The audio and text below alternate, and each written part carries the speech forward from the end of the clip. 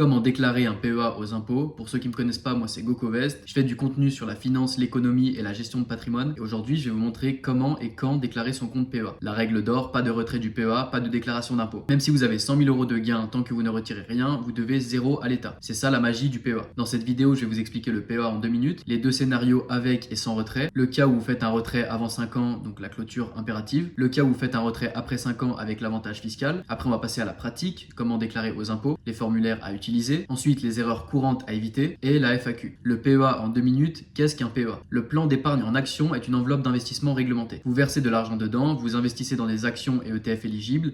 L'intérieur du PEA n'est pas imposé annuellement. La fiscalité dépend de quand vous retirez. Les variantes. Vous avez plusieurs types de PEA.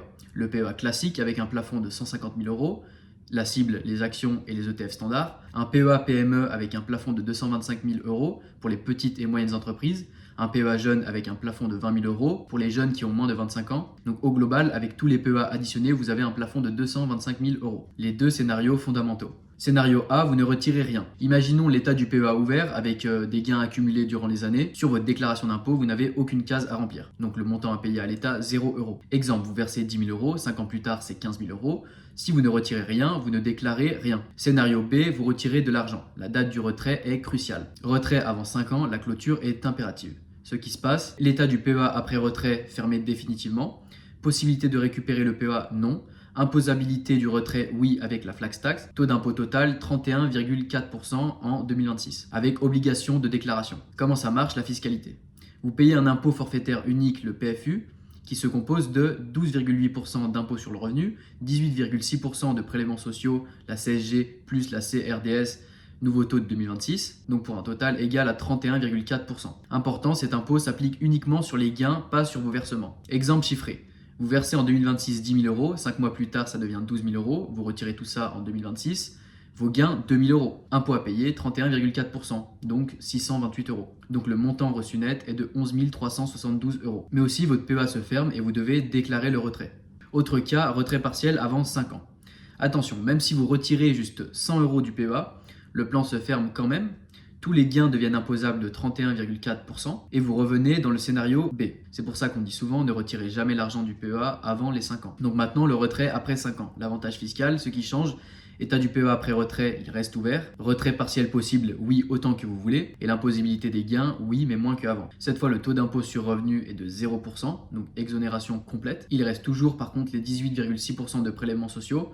Et donc au total, ça fait 18,6%. Est-ce que vous êtes obligé de déclarer? Généralement non. Donc là, je vous ai fait un résumé. La fiscalité après 5 ans, les gains sont exonérés d'impôts sur le revenu. Les prélèvements sociaux restent dus de 18,6% actuellement, mais ils sont généralement prélevés à la source par votre banque. Résultat, vous n'avez pas besoin de déclarer si tout s'est bien passé. Exemple du même portefeuille, mais au bout de 5 ans. Vous versez en janvier 2026 10 000 euros.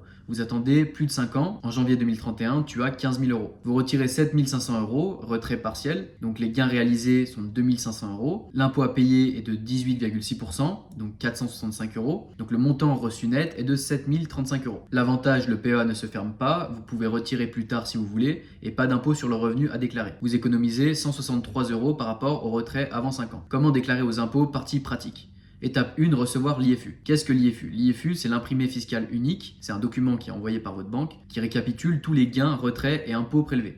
Ça vous aide à remplir votre déclaration. Quand est-ce que vous le recevez? En principe, fin janvier, début février pour l'année précédente, sous format papier ou PDF dans l'espace client. Ce qu'il faut vérifier, le montant de retrait correct, le montant de gain correct et les prélèvements à la source bien comptabilisés. Maintenant, je vais vous donner plusieurs cas concrets. Cas 1, pas de retrait en 2025, votre action, rien à faire, pas de déclaration obligatoire, mais gardez quand même vos IFU. Cas 2, retrait avant 5 ans, préparez votre IFU reçu de la banque, déclarez en ligne sur impôts.gouv.fr, rubrique revenus de valeur et capitaux mobiliers, section plus-value et gains divers, remplissez la case 3VT avec le montant de vos gains. Exemple, vous aviez 10 000 euros investis. Vous retirez 12 000 euros, gain 2 000 euros. Écrivez 2 000 dans la case 3VT. Après, laissez faire le site calcule 31,4% automatiquement. Il déduit les prélèvements sociaux déjà payés et il vous dit combien il reste à payer. A noter que si vous clôturez avec une moins-value, reportez-vous au formulaire 2074. Cas 3, retrait après 5 ans sans moins-value. Votre action, généralement, rien faire. Les prélèvements sociaux ont été prélevés à la source par votre banque. Pas de case à cocher. Les gains sont exonérés d'impôt sur le revenu, donc pas d'ajout d'impôt. Sauf si vous avez opté pour le barème progressif plutôt que le PFU, vous devez déclarer.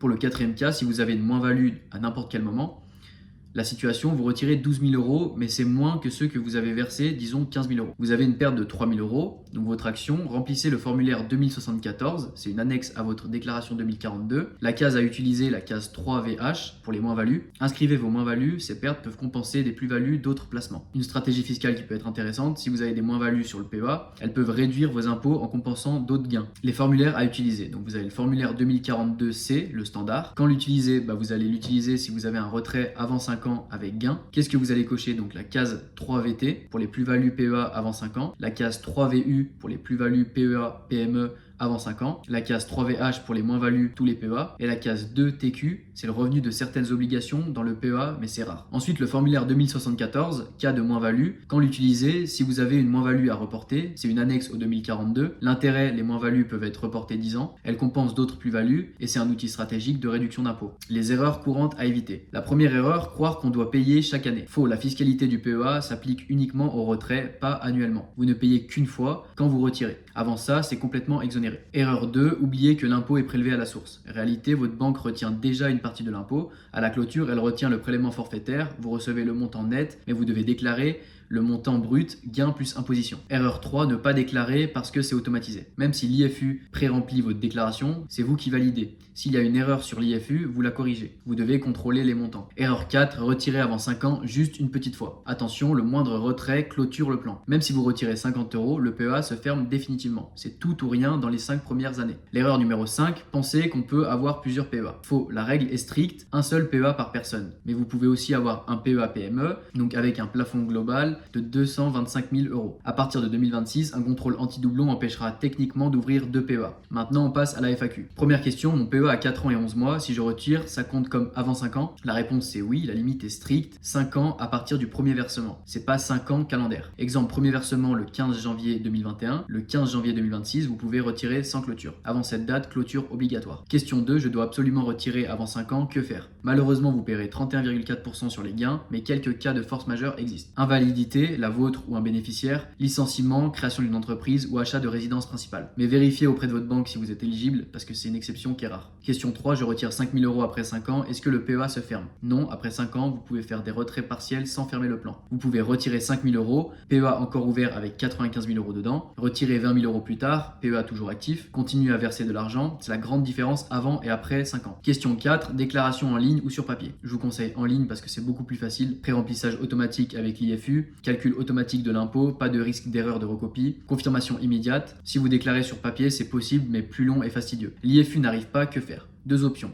Soit vous attendez février, c'est le délai normal, et vous vous connectez à votre espace client sur votre banque pour télécharger le PDF. Et dans le cas où vous n'avez vraiment rien, contactez votre banque. Et après, vous pouvez aussi déclarer sans l'IFU en vous basant sur vos relevés de compte, mais c'est moins simple. Question 6, je dois déclarer même si ma banque a prélevé l'impôt? Cela dépend. Avant 5 ans, oui, vous devez déclarer case 3VT, même si l'impôt a été prélevé. Après 5 ans, généralement non, sauf si vous avez opté pour le barème progressif. Le prélèvement à la source n'annule pas la déclaration, il la complète. Question 7, qu'est-ce que le barème progressif? C'est une option, au lieu de payer le PFU forfaitaire 31,4%, vous pouvez opter pour imposer vos gains au barème de l'IR progressif de 0 à 45% selon vos revenus totaux et après payer les prélèvements sociaux 18,6% en plus. L'intérêt, si vous êtes très peu imposé, le barème peut être plus avantageux que le forfaitaire. Mais attention, c'est rare et c'est la case 2OP à cocher sur le formulaire. Question 9, PEA vs assurance vie, quelle est la différence? Donc déjà, c'est deux produits différents. Donc on a un produit, le PEA, où on va investir dans des actions et des ETF. L'assurance vie, ça va plus être des fonds euros, unités de compte et immobilier. L'horizon clé pour un PEA, c'est 5 ans. Pour une assurance vie, c'est 8 ans. La fiscalité avant, donc sur un PEA, c'est 31,4% avant 5 ans.